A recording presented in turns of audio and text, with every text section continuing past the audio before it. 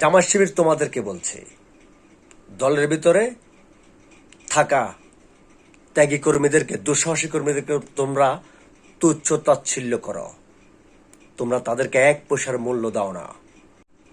আমি জামাত শিবিরের সমালোচনা বা গঠনমূলক সমালোচনা করতেছি আজকে 16 থেকে 18 বছর।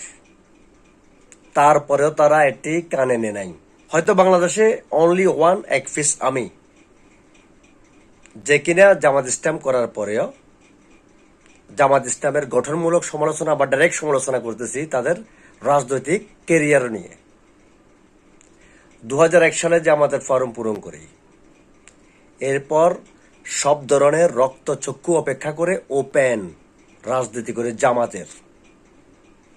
আমার ওয়ার্ড বেরিংসিতে যখন পুলিশ খুঁজতে আসে তখন জামাতের সভাপতি সেক্রেটারিকে খোঁজে না, মাসুমকে খুঁজে।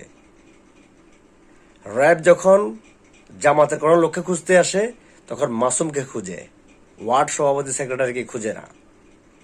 বিজিবি যখন আমাকে খুঁজেছিল তখন ওয়ার্ড সভাপতি সেক্রেটারিকে খুঁজেনি, মাসুমকে খুঁজেছিল। কখন খুঁজেছিল বিজিবি আমাকে? ফেনী সদর উপজেলা জামাতের একজন প্রার্থী ছিল আনম আব্দুর রহিম তালামার্কা। তখন এই যে জামাত শিবির তোমাদেরকে বলছি, বিগত 18 বছর তোমাদের সমালোচনা করতেছি, গঠনমূলক সমালোচনা বা সমালোচনা। এই যে আমার কথা পাত্তা দাও নাই বা পাত্তা দিচ্ছ না বা কারো কথায় পাত্তা দিচ্ছ না।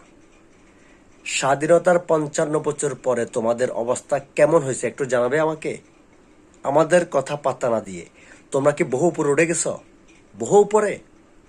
এখন যদি বাই চান্স যদি আওয়ামী লীগকে নির্বাচন করার সুযোগ দিয়ে তোমাদের অস্তিত্ব থাকবে, আওয়ামী লীগ মাঠে না থাকায় তোমরা খোলা ফিল্ডে গোল দিতে চাচ্ছ। গোল মনে রেখো, মাঠে যখন শুধু অনলি ওয়ান প্লেয়ার থাকে আর কেউ থাকে না তখন সে গোল দিতে পারে। এখন যদি আওয়ামী লীগকে পুনরায় এই বাংলাদেশে পুনর্বাসন করা হয়, নির্বাচনের সুযোগ দেওয়া হয়, তোমাদের জামাতের অস্তিত্ব থাকবে? থাকবে না। তাই তোমাদেরকে বলছি, শিক্ষা নাও, শিক্ষা নাও। তোমাদের মতো বেকুব, তোমাদের মতো কালফিট এই বাংলার জমিনে নয় পুরো পৃথিবীতে কম আছে। তোমরা নিজেদেরকে বহু জ্ঞানী মনে করো, বাস্তবে তোমরা কিছু না। ওই যে সেদিন সার্জিস আলম বলেছিল ওটা ফাঁকা বলেই, এসব আওয়াজ কিছু না। স্বাধীনতার পরে তোমাদের এখন অধপতন। যদি আওয়ামী লীগ পুনরায় আসে তোমাদের অস্তিত্ব থাকবে? কারণ তোমরা দলের দুঃসাহসী কর্মীদেরকে অবমূল্যায়ন করো। ত্যাগী কি জিনিস, ত্যাগ কি জিনিস তোমরা জানো না। ত্যাগী কর্মীদেরকে তোমরা তুচ্ছ তাচ্ছিল্য করো।